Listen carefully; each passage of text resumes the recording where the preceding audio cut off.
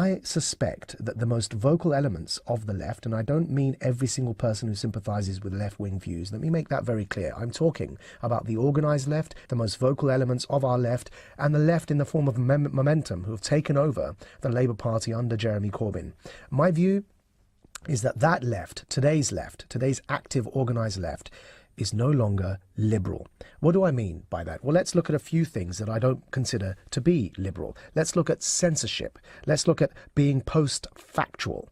Let's look at violence being seen as an option. Let's look at prioritizing group identity over individual rights. None of these four traits are liberal. Censorship is not liberal. So when today's organized left begins organizing in campuses and across colleges across the nation and across the world and says things like, you cannot say that here, this is a safe space, we will exclude you from speaking because your views offend us, when they choose to take offense, when they become more sensitive, and so sensitive, in fact, that they want to shut debate down simply because they don't like what somebody is saying.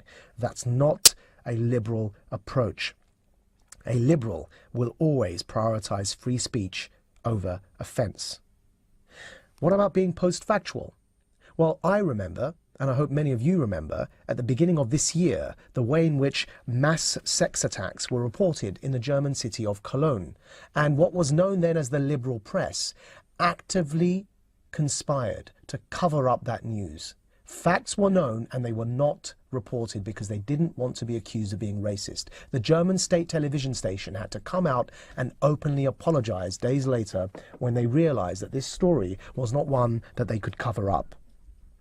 So being post-factual is also not being liberal. What about considering violence as an option? When you have the Shadow Chancellor of the UK Labour Party, John McDonnell, being caught on videos saying that it's okay to riot, it's okay to destroy property and to ruin people's lives and their private property, that's not liberal. That may be anarchist, it may be revolutionary hard left socialist, as John McTernan suggested, but it isn't liberal.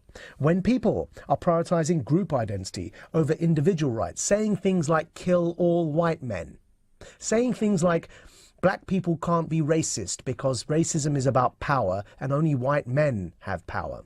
Diane Abbott says that. Well, I'm sorry, Diane Abbott, MP. Go and walk into any council estate and speak to a young white working class lad and try and have a rational, reasonable conversation with that young white working class lad and tell him that he has more power than you and that's why you can't be racist towards him. Complete and utter rubbish. But when group identity is prioritized over individual rights in that way, when leftist activists think it's okay to say kill all white men and that that's somehow an empowering statement, when they think it's okay to be racist to all white people as a group and think somehow that's what it means to be progressive, erasing the individual, stereotyping entire groups, that is not liberal. So I've taken the view that this behavior, censorship on the organized left, post-factual behavior, violence being seen as an option, and prioritizing group identity over individual rights, that isn't liberal. And like the alt-right has emerged, we've now got this new group. It's called the control left. They want to control our lives, control what we think, control how we behave, control how we even feel, and control what we think. That is not liberal. That is the control left. So my message to you, control left, is stop telling us you're liberal. My message to the press, stop describing them as the liberal left. They are no longer liberal. Call them for what they are, the control left.